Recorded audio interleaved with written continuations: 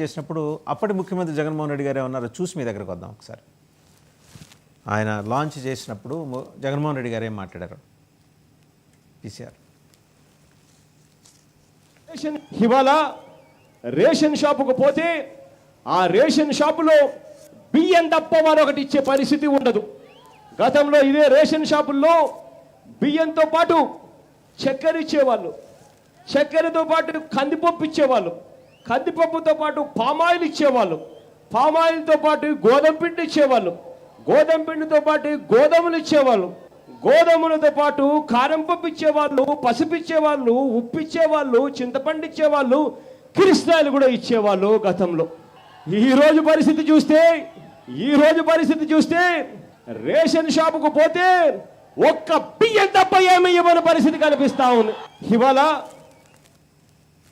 So Suresh గారు, ఇవాళ నిన్న మీ కారుమూరి నాగేశ్వరరావు గారు అలాగే చెల్లిపోయిన గోపాలకృష్ణ గారు ఇద్దరు కూడా మాట్లాడారు.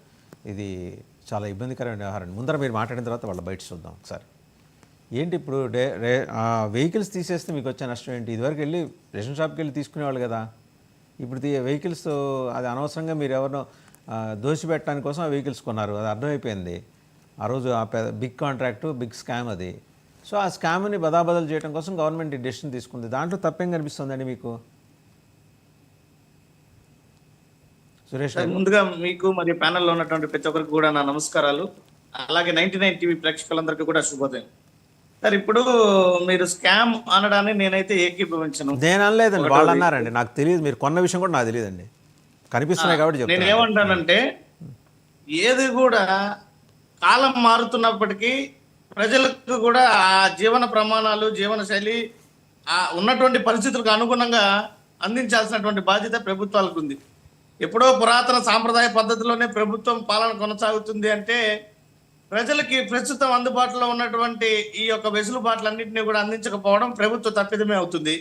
కాబట్టి ఈ యొక్క మారుతున్నటువంటి ఆధునిక ప్రపంచంలో ప్రజలందరికీ కూడా సులభతరమైనటువంటి పాలన అందించేటువంటి క్రమంలో తీసుకొచ్చినటువంటి సంస్కరణలే ఇవన్నీ కూడా.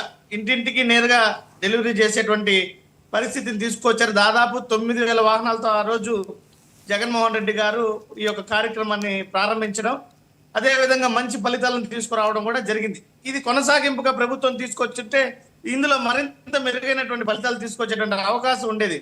ముఖ్యంగా వీటి లక్ష్యం ఏంటంటే, రాష్ట్రంలో దాదాపు 1.5 కోటి పైచిలకు రేషన్ కార్డు లబ్ధిదారులు ఉన్నారు. ఈ 1.5 కోటి కుటుంబాల వారు కూడా ప్రధానంగా తీసుకుంటే దీంట్లో మేజర్గా ఉన్నటువంటి వాళ్ళందరూ కూడా పేదరికానికి దిగువగా ఉన్నటువంటి మధ్యతరగతిగా ఉన్నటువంటి కుటుంబాల్లోనే ఈ యొక్క లబ్ధిదారులు ఎక్కువ ఉన్నారు. వీళ్ళందరి యొక్క రోజువారీ పనితీరు చూస్తే ఎక్కువ మంది కూడా చిన్న తరహా ఉద్యోగాలు చేసుకునే వాళ్ళు, లేదా రోజువారీ కూలీలకి వెళ్ళేటువంటి వాళ్ళు, ఇలాంటి వాళ్ళే ఉన్నారు. వీళ్ళని రోజుల తరబడి రేషన్ షాపుల ముందర నిలబెట్టి వారి యొక్క ఉపాధిని దెబ్బతీసేటువంటి అవకాశం ఉంది. ఒక కూలీ చేసుకునేటువంటి వ్యక్తి రేషన్ షాప్ వల్ల 1-2 రోజుల్లో కానీ అక్కడ ఆగిపోవాల్సి వస్తే వాళ్ళకి ఆ రోజు వచ్చేటువంటి 500-600 రూపాయలు కూలీని అతను కోల్పోయేటువంటి ప్రమాదకరమైనటువంటి పరిస్థితి ఉంది. మరి ఇలాంటి వాళ్ళందరికీ కూడా సులభతరంగా ఈ యొక్క అవకాశాన్ని అందించాలా, ప్రభుత్వం మంచి సేవలు అందించాలని ఆ రోజు దీని యొక్క స్థితిగతులను, దీన్ని ఏ రకంగా బడ్జెట్ అవుతుంది, ప్రభుత్వానికి ఎంత భారం అవుతుంది, దీన్ని భరించగలుగుతామా లేదా అన్నటువంటి చర్చ జరిగినప్పుడు మొత్తం మీద దాదాపు నెలకు ఒక 25 కోట్ల రూపాయలు, అంటే ప్రభుత్వానికి తక్కువ భారంతో ఇది నడపచ్చు దీన్ని అని చెప్పి ఒక నిర్ణయానికి వచ్చి ఈ యొక్క కార్యక్రమాన్ని తీసుకురావడం జరిగింది. మరి ఈరోజు 1.5 మంది కుటుంబాలకు లబ్ధి జరిగేదానికి 25 కోట్ల రూపాయలు ప్రభుత్వ భారం ఏమి పెద్ద సమస్య కాదు, ఖచ్చితంగా భరించాలా. అదే ఆ 1.5 కుటుంబాల మంది 600-700 కోల్పోతే ఎంత నష్టం అవుతుంది ప్రజలందరికీ కూడా. మరి ఆ ప్రజల కోసం ఆ రకమైనటువంటి భారాన్ని మోయడంలో తప్పిదం ఏమీ లేదు. మీరు గతంలో చూస్తే రేషన్ షాపుల వద్ద క్యూలు నిలబడుకొని ఎండ లేదు, వాన లేదు, ఏమీ లేదు, గంటల తరబడి, రోజుల తరబడి నిలబడుకొని అక్కడ ఒకవేళ వాళ్ళకి అందితే అందినట్టు, లేకపోతే లేనట్టు, కేవలం 2-3 రోజులే రేషన్ షాపులు పనిచేసేవి. మరి ఈ రోజు నిరంతరాయంగా ప్రజల ఇంటి వద్దకు, మరీ ముఖ్యంగా సచివాలయాల వద్ద కూడా ఈ వాహనాలు ఏర్పాటు చేసి సచివాలయాల వద్ద కూడా అందుబాటులో పెట్టినటువంటి పరిస్థితి. మరి ఇందులో ఏం తప్పు కనిపిస్తుందో మాకైతే అర్థం కావడం లేదు. ఇందులో దాదాపు 10,000 మందికి పైగా ఉపాధి పొందినటువంటి పరిస్థితి. ఈ రోజు వాళ్ళ పరిస్థితి ఏంటి? రోడ్డులో పడేశారు. చంద్రబాబు నాయుడు గారు అధికారంలోకి వస్తే పవన్ కళ్యాణ్ గారు ఓదరగొట్టారు, నారా లోకేష్ గారు ఓదరగొట్టారు ఏడాదికి 4 లక్షల ఉద్యోగాలని.